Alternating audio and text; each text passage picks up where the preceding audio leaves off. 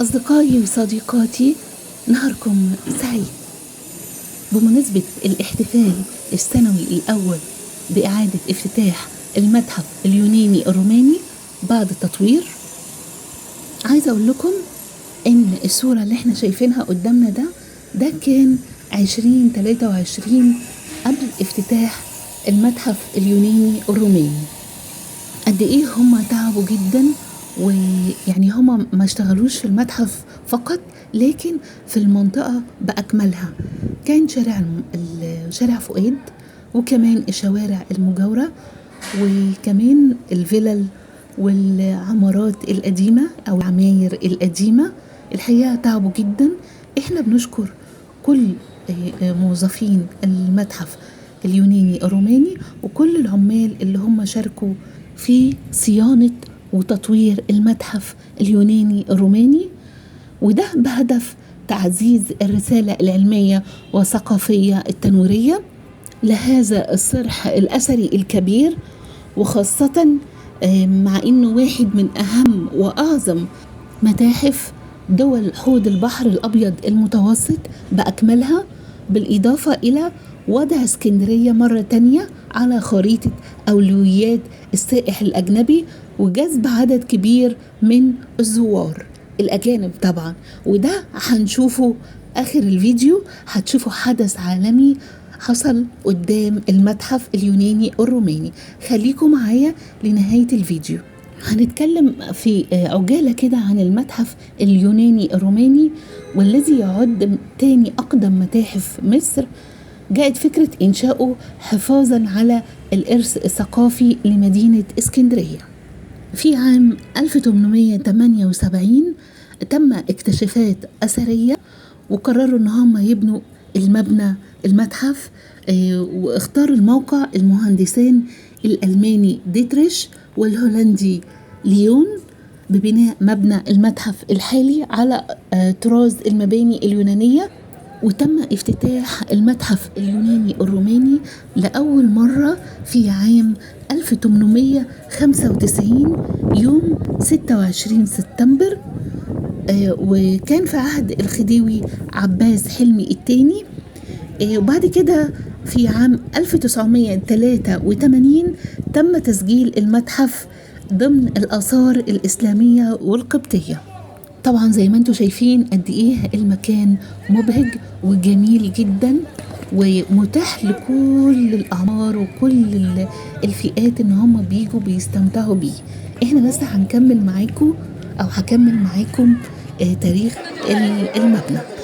لكن تم إغلاق المتحف في عام 2005 بهدف البدء في مشروع ترميمه، وبالفعل تم البدء فيه في عام 2009، إلا أنه توقف في عام 2011 لعدم توافر الاعتمادات المالية في الوقت ده. وتم استئناف العمل بالمشروع عام 2018 حتى تم الانتهاء منه بالكامل وافتتاحه في 11 أكتوبر 2023. وأجمل ما يميز المتحف اليوناني الروماني حاليا بعد الافتتاح اللي هو المزج الفكري بين كل الحضارات المصرية القديمة، منها اليونانية والرومانية والقبطية والبيزنطية. ويضم المتحف بعد التطوير حوالي 6000 قطعة أثرية، ويتكون المبنى من الطابق الأرضي، وفي 27 قاعة عرض يعني تعرض القطع الأثرية بالترتيب التاريخي من بداية عصر ما قبل الإسكندر الأكبر بالقرن ال15 قبل الميلاد حتى العصر البيزنطي بالقرن السادس الميلادي. وأيضا يشمل الطابق الأرضي على الحديقة المتحفية، وكمان مخازن للآثار ومعمل ترميم الآثار العضوية والغير عضوية، بالإضافة إلى دورات المياه. تعالوا بقى معايا زي ما قلت لكم في أول الفيديو إن إحنا عايزين نعمل دعاية لإسكندرية والمتحف اليوناني للسياح الأجانب. دي كانت أجمل دعاية الحقيقة على مستوى العالم. كانت سيارة المغامرون الأستراليون ماركة بين 14 إنتاج عام 1925. العربية المبهجة الجميلة دي لفت العالم، دي تاني رحلة على مستوى العالم. العربية دي يمكن هي بتتميز إن هي بتدور بالمنافلة. على فكرة هما بيحتفلوا بمرور 100 عام على نفس الرحلة بنفس العربية. يعني الرحلة دي كانت من 100 سنة ولفوا العالم وجم اسكندرية بالعربية دي، وبيعيدوا الرحلة في 2024. عايزة أقول لكم إن الرحلة دي بدأت من إنجلترا يوم 17 سبتمبر 2024 لحد ما وصلت لليونان لحد ميناء بيروس يوم 10 أكتوبر 2024، واتشحنت من ميناء بيروس لحد ميناء اسكندرية، ونزلت في ميناء اسكندرية يوم الخميس 24/10. وساقوا العربية من الميناء ولفوا بيها بقى في اسكندرية في حي الجمرك والمنشية لحد ما وصلوا هنا أمام المتحف الروماني اليوناني.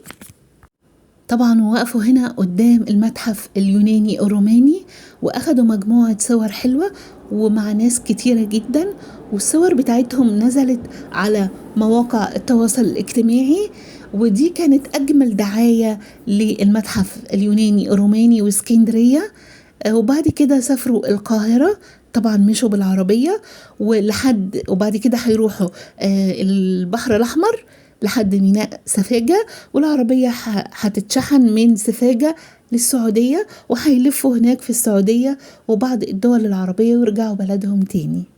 طبعا الرحلة دي اللي نظمتها الشركة المنتجة للسيارة دي في عام 1925 ومع شركة سياحية نظمتها علشان هتلف العالم وترجع تاني لمكانهم في إنجلترا.